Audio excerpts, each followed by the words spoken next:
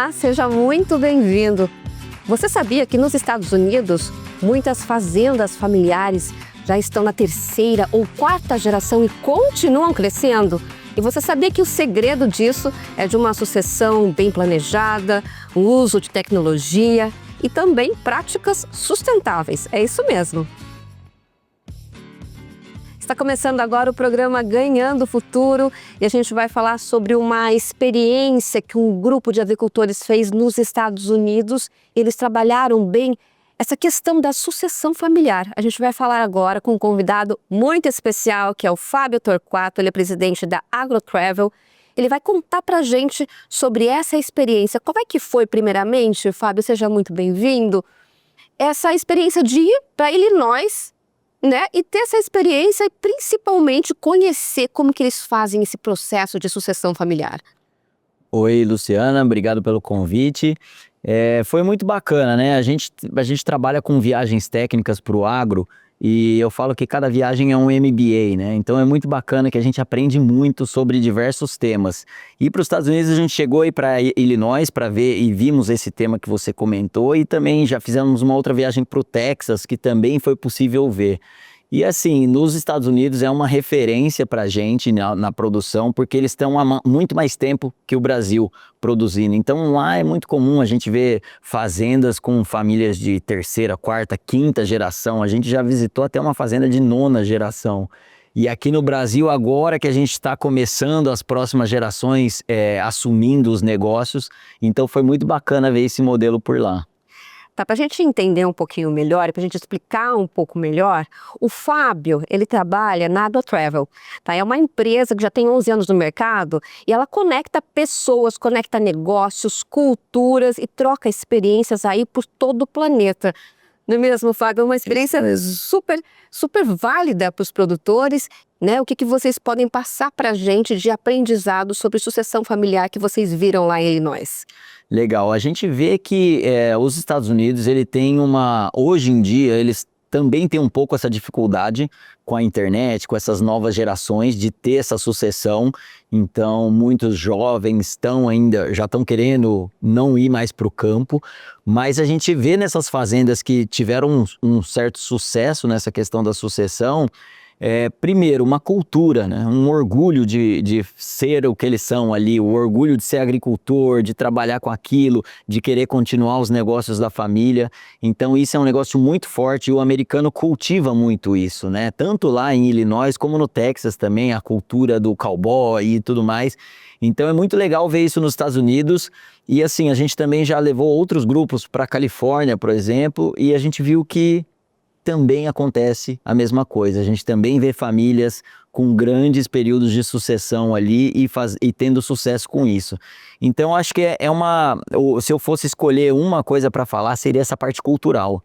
Essa parte cultural de ter orgulho da atividade e querer continuar os negócios da família. Então, isso é muito forte por lá. E acho que isso se deve também a um pouco da história de como as coisas aconteceram, né, por lá, e a gente ter uma história também aqui diferente. Então, isso acaba sendo um fator muito importante, essa parte cultural aí. As gerações novas foram para a cidade para estudar outras profissões e agora a gente está vendo um movimento deles voltarem para o campo. Isso é muito positivo, porque voltam trazendo tecnologia, melhores práticas, profissionalismo para o agro. Vai ajudar muito o agro. E essa troca de experiência entre pai e filho também é bem válida, né, Fábio? Daqui a pouquinho a gente fala sobre isso, mas antes a gente vai falar um pouquinho sobre sustentabilidade, sobre produtos que podem melhorar a sua produtividade no campo. A gente vai agora para as férias premiadas. Eu tô aqui hoje direto do campo de inovações da Agros, que fica em Paulínia, no interior de São Paulo, tá? Pra gente falar da nossa família felina, tô extremamente bem acompanhado aqui, o Richardson. É engenheiro agrícola da Bioagros e ele vai explicar pra gente um pouco mais dessa família felina que tá fazendo tanto sucesso, tá? Esses produtos que você vai usar aí para garantir uma produção cada vez maior na sua propriedade rural, meu amigo. Produtos que você só encontra na nossa central aqui, tá?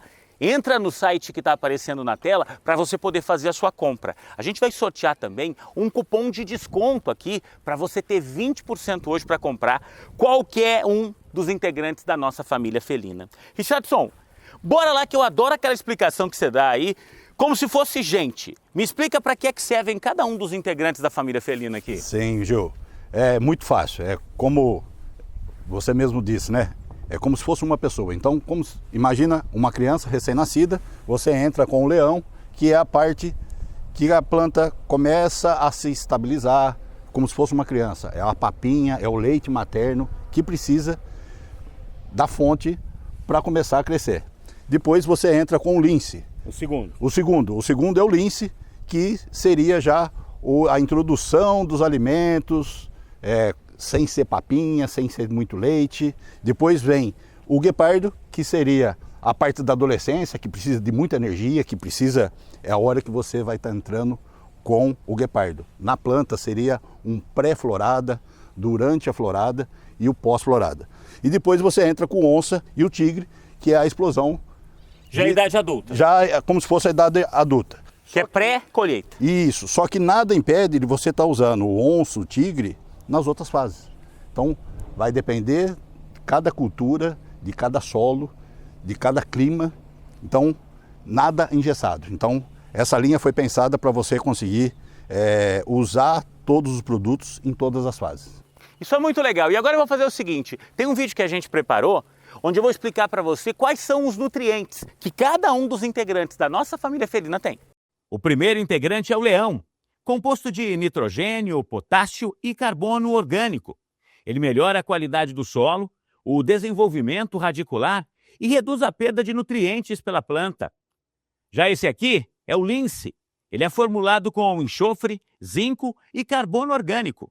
Ele proporciona a melhor estruturação para a sua planta, maior expansão foliar e prepara as culturas para enfrentar o estresse. O guepardo é rico em extrato de alga e potássio. Sua função é aumentar o número de flores e frutos por planta.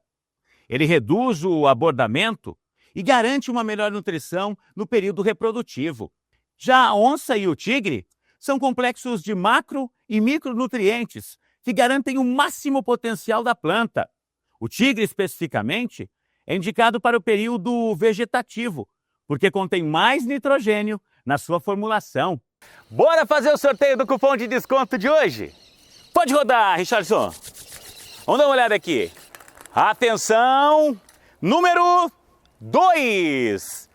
2 é o Lince aqui na nossa bancada. Então o cupom de desconto hoje, Lince20, tá? Entra na nossa plataforma, você só encontra a família felina da Bioagros nesse site, tá? Entra agora, na hora que você estiver fechando o carrinho de compras, digita o cupom de desconto Lince20 para ter 20% de desconto, não só no Lince, tá? Mas em toda a nossa família felina.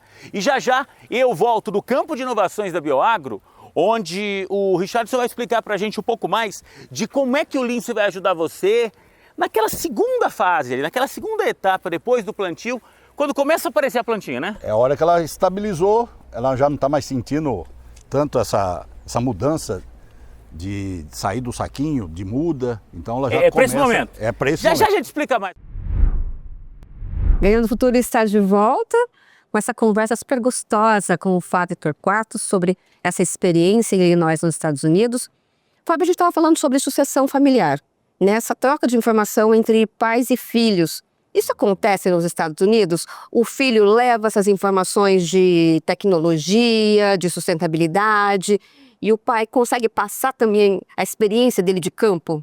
Sim, isso é muito bacana. Inclusive nos grupos que a gente leva, sempre tem pais e filhos juntos, então isso é muito legal, que aí eles se interessam ainda mais pelo tema. Mas a gente vê em muitas fazendas nos Estados Unidos ser ali um negócio familiar mesmo. Por mais que às vezes tenham dimensões grandes, áreas grandes de cultivo, mas você vê lá a mulher cuidando, o marido cuidando, os filhos, cada um fazendo uma parte. Então, lá nos Estados Unidos também é um problema a questão da mão de obra. Então, muitas famílias se envolvem completamente dentro do negócio. E falando um pouquinho de mudança, Fábio, Illinois é uma região ali que é tradicional na produção de grãos, de soja principalmente, né? Toda a região do meio oeste. O que você trouxe para a gente de novidade de lá e que pode ser implantado aqui no Brasil?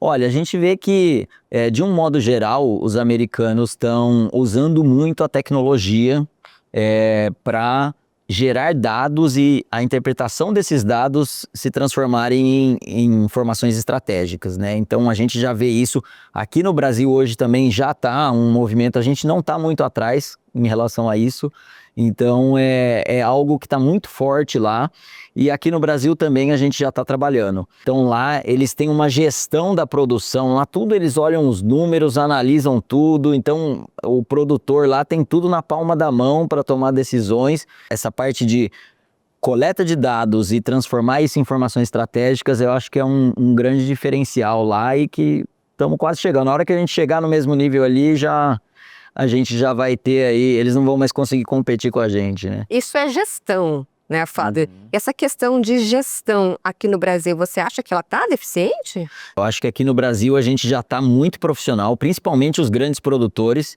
Hoje a gente vê o agro, principalmente nessa cultura de grãos, muito bem estruturada. E tanto é que o Brasil se destaca no cenário mundial e a tendência é que cada vez mais haja esse protagonismo. Então, as grandes fazendas já têm grandes grupos por trás, já profissionalizaram muito essa questão. Então, é algo que a gente está muito bem nessa parte de gestão. Então, a gente não perde para eles. Um grande diferencial que eles têm lá é com relação à região, ao solo deles, e que isso a gente não consegue trazer para cá, porque é muito específico da região, mas nessa parte de gestão, coleta de dados, as máquinas que a gente usa aqui são as mesmas que eles estão usando por lá, então a gente está bem equiparado nesse setor de grãos, né? Essas grandes produções, as grandes fazendas aqui no Brasil têm essa gestão já por trás, mas e o pequeno e médio produtor? Como é que faz para o Brasil conseguir profissionalizar essa questão da gestão para esses menores? É uma questão de escala também, né? Então a gente vê que os pequenos produtores lá já são grandes, né? Então, dependendo de regiões, e isso também é difícil a gente generalizar, porque o agro dentro do Brasil é muito diverso.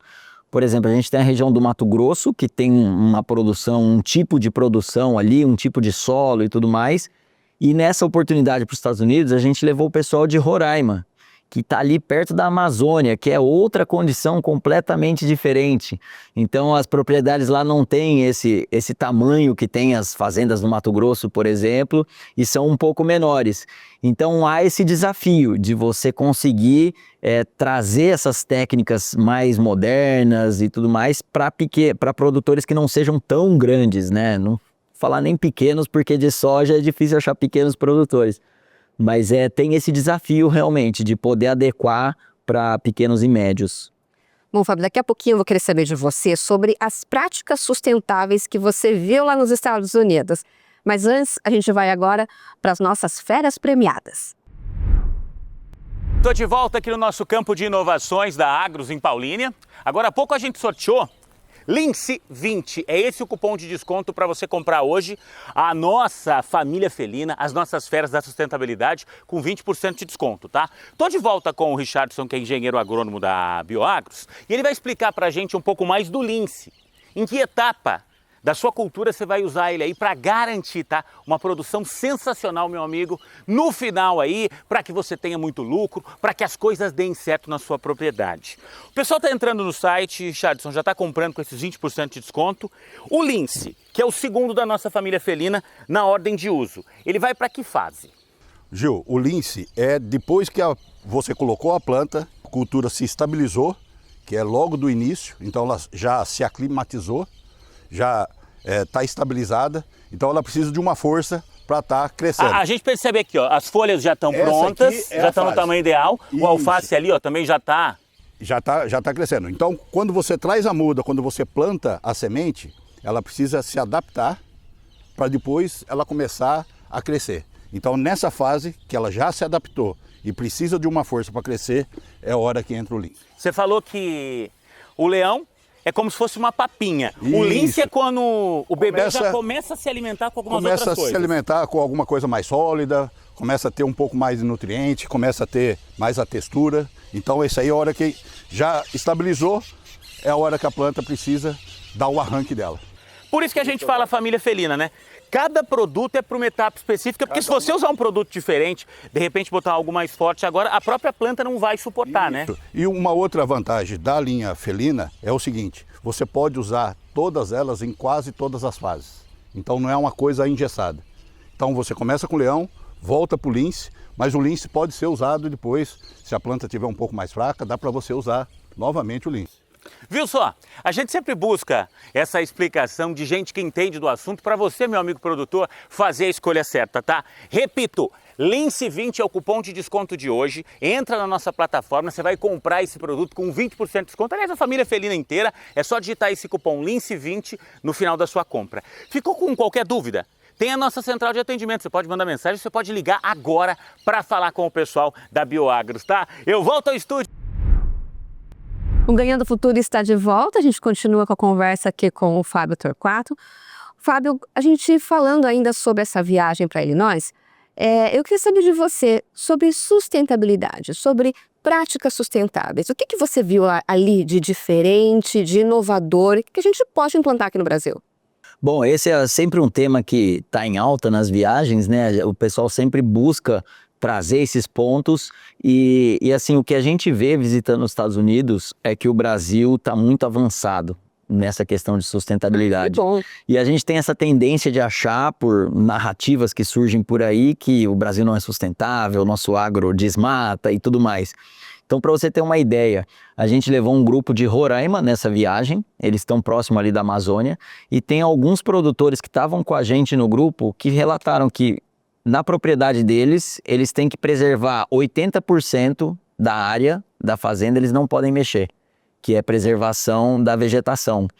Então, e lá nos Estados Unidos você vê ali áreas que a gente contou isso para o produtor lá, ele falou, não, a área é minha, eu faço o que eu quiser com ela. Não tem essa regra de ter que preservar um percentual da propriedade. Então, olha só que diferença, né? E os brasileiros iam contando como era aqui, porque nessas viagens tem muita troca, e os produtores americanos falam, vocês são heróis, o que vocês estão fazendo lá com esse tanto de regra, o tanto de regulamentação que tem do governo, e vocês conseguirem ainda produzir, ser produtivos, isso é incrível.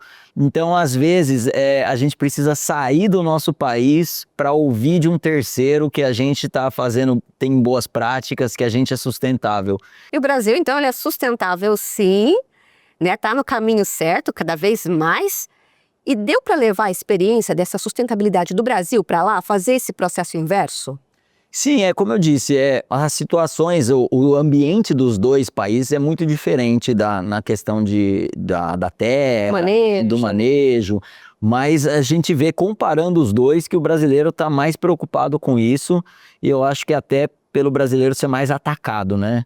Então, o Brasil é muito atacado por essas questões, então essa preocupação já está inerente dentro do produtor nosso. Então a gente já vai com esse olhar diferenciado, mas lá eles também estão preocupados com isso, porque é uma tendência mundial. Então os bioinsumos é um exemplo disso, né? Que estão crescendo pra caramba, não só aqui no Brasil, mas lá fora. Como é que está o uso de bioinsumos lá? Lá também eles usam bastante, então está crescendo e eles têm essa preocupação também com isso, pelo menos nas fazendas, nas propriedades que a gente rodou e visitou. Então a gente vê que é um movimento global com relação a isso. E aqui no Brasil também a gente tá dando show e assim, os bioinsumos vieram mostrar que não é só uma questão de nome, né, para ser sustentável e tudo mais, mas tem dado mais produtividade, tem dado efeitos práticos na produção, então é algo que veio para ficar. E Fábio, nessa viagem, eu queria que você citasse pra gente algum destaque que você viu lá, que você se surpreendeu, que você achou muito legal e que dá para usar aqui no Brasil, ou não, né? Bom, vamos lá, a gente vê muita coisa lá, muita coisa bacana. Acho que o que mais eles ficaram impactados foi essa questão da sucessão, justamente. Deles terem deles verem, poxa, famílias ali, fazendas de terceira, quarta, quinta geração, tendo o risco de não se perpetuar pelo desinteresse das novas gerações em continuar o negócio da família. A gente visitou uma fazenda lá grande e a gente conversou com o proprietário e ele falou, ó, eu não tenho ninguém na minha família para fazer sucessão. Então a gente falou, poxa, ele falou, se eu morrer, acabou o negócio. Então isso foi um negócio que impactou muito o pessoal. E outra coisa foi ver uma outra fazenda que a gente foi, que era liderada pela mulher. Então isso foi muito bacana também de ver, e eles falam, poxa, olha só, a mulher que é a gerente geral da fazenda lá e o marido tá no campo lá fazendo as coisas, mas sendo liderado por uma mulher. Então isso foi duas coisas que eu lembro assim que o pessoal gostou bastante de ver e falou, nossa, que diferente, né? Fábio, para a gente encerrar, eu queria que você desse um recadinho para o nosso telespectador, para o nosso pequeno produtor rural, sobre sucessão familiar. Muito bem. Então, assim, eu acho que sucessão familiar é algo que a gente tem que trabalhar, primeiro, a nossa cultura ali, gerar esse orgulho, né? Gerar esse orgulho de querer fazer parte daquilo. Mas isso é um trabalho de longo prazo que tem que ser feito, não é do dia para a noite.